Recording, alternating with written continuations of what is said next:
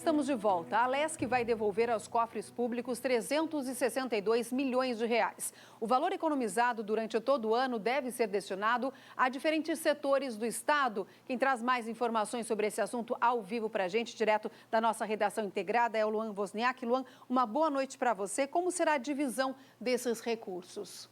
Olá, Eudiane. Muito boa noite para você, boa noite a todos. O presidente da Assembleia Legislativa, deputado estadual Mauro de Nadal, diz que já houve inclusive um alinhamento com o governo do estado para destinar essas economias para algumas áreas específicas. A gente até preparou uma arte para entender melhor para onde vão esses recursos.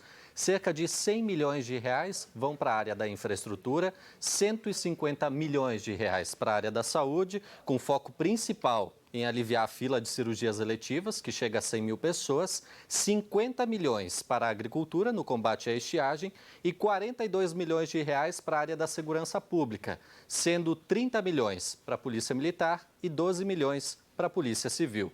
O Tribunal de Justiça também anunciou que vai devolver recursos para o governo do estado, cerca de 279 milhões de reais. O Tribunal de Contas do estado também vai devolver uma quantia, estima aí aproximadamente 70 milhões de reais. Somando os valores da Alesc, a Assembleia Legislativa, o Tribunal de Contas do Estado e também o Tribunal de Justiça, os valores devolvidos chegam a aproximadamente 711 milhões de reais. E já que a gente está falando de política, nessa tarde, em entrevista à NDTV, o presidente da Alesc, o deputado Mauro de Nadal, falou um pouquinho sobre como foi o ano legislativo. Ele relembrou alguns temas polêmicos e também apontou os desafios para 2022. Confira. Era janeiro. O ano legislativo nem tinha começado. Mas nas ruas, uma operação policial prendia o então presidente da Alesc. A Operação Alcatraz foi deflagrada em maio de 2019 para investigar supostas fraudes em licitações, desvio de dinheiro e superfaturamento de contratos com o governo do estado. Júlio Garcia ficou apenas 2 dias detido. Um artigo nas Constituições estadual e federal deu brecha para a Alesc revogar a prisão em 21 de janeiro. Na semana seguinte, os deputados escolhiam um novo presidente, Mauro de Nadal. Foi um momento muito turbulento no parlamento, né? Além disso, claro, tivemos também o processo de impedimento do governador de estado, que estava sob análise desta casa. Mas como esse é o desafio a qual a gente está se propondo, né? Então eu já estava assimilando todo este momento e quando cheguei à presidência já cheguei preparado para fazer os enfrentamentos de todos esses temas. O cargo de presidente trouxe desafios importantes. Entre eles, dar andamento a projetos de enfrentamento à pandemia, como investimentos na saúde, liberação de vacinas da Covid para determinadas faixas etárias, auxílio financeiro para famílias de baixa renda. Santa Catarina sempre teve um papel muito rápido, muito intenso para buscar soluções alternativas para que o governo estivesse seguro a fazer investimentos e até mesmo atender o catarinense. Passo esse que já no início desse ano nós fizemos o repasse de 20 milhões de reais ao governo para enfrentamento daquele momento crítico que ocorreu lá no mês de fevereiro. E, além disso, o parlamento ao longo desse ano manteve uma conversa muito franca com o governo e discutimos muitos projetos importantes. E um grande passo do governo foi justamente dar este auxílio às famílias. Tantas vitórias obtidas pelo governo na Alesc vieram de uma tal aproximação entre os poderes. Após o desgaste do primeiro processo de impeachment, Carlos Moisés fez em 2021 o que não tinha feito no ano anterior: ouvir os deputados. Nos bastidores, prometeu cargos e secretarias. O resultado saiu ileso do segundo processo. Fomos provados pelo fogo, como assim falei, e fomos aprovados em todos os testes.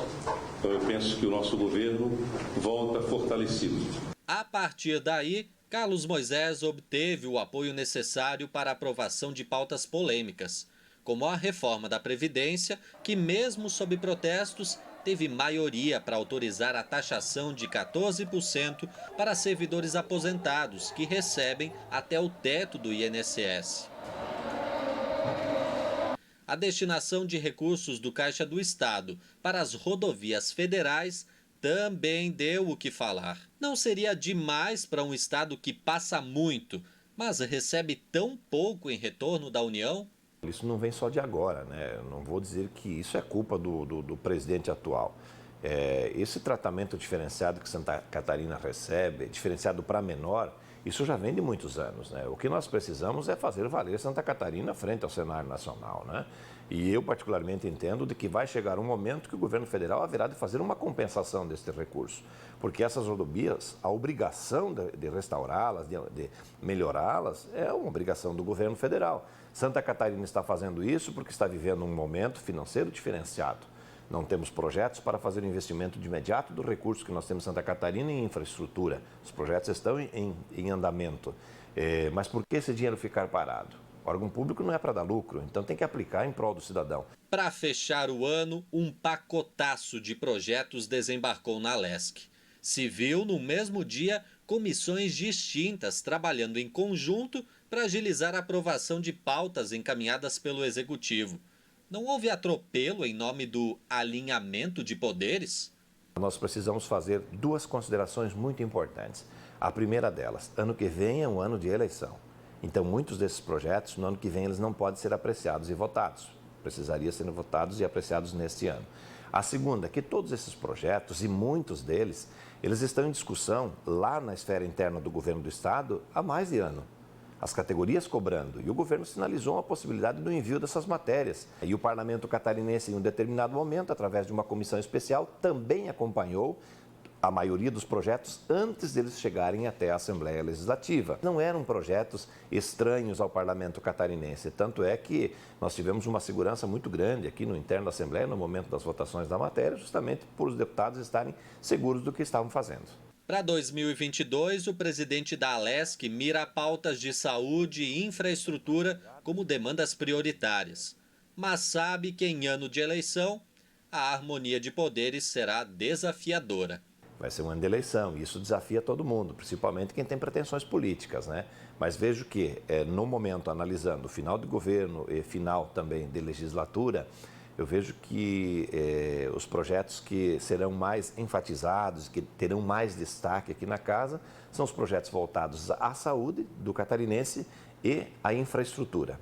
Esses dois serão pauta, eu acredito que nos principais meses do ano que vem, não só aqui, mas também fora, através de entidades representativas, através da sociedade, serão dois temas que serão amplamente debatidos e que acredito terão uma atenção toda especial, não só por parte da Assembleia, mas também por parte do governo.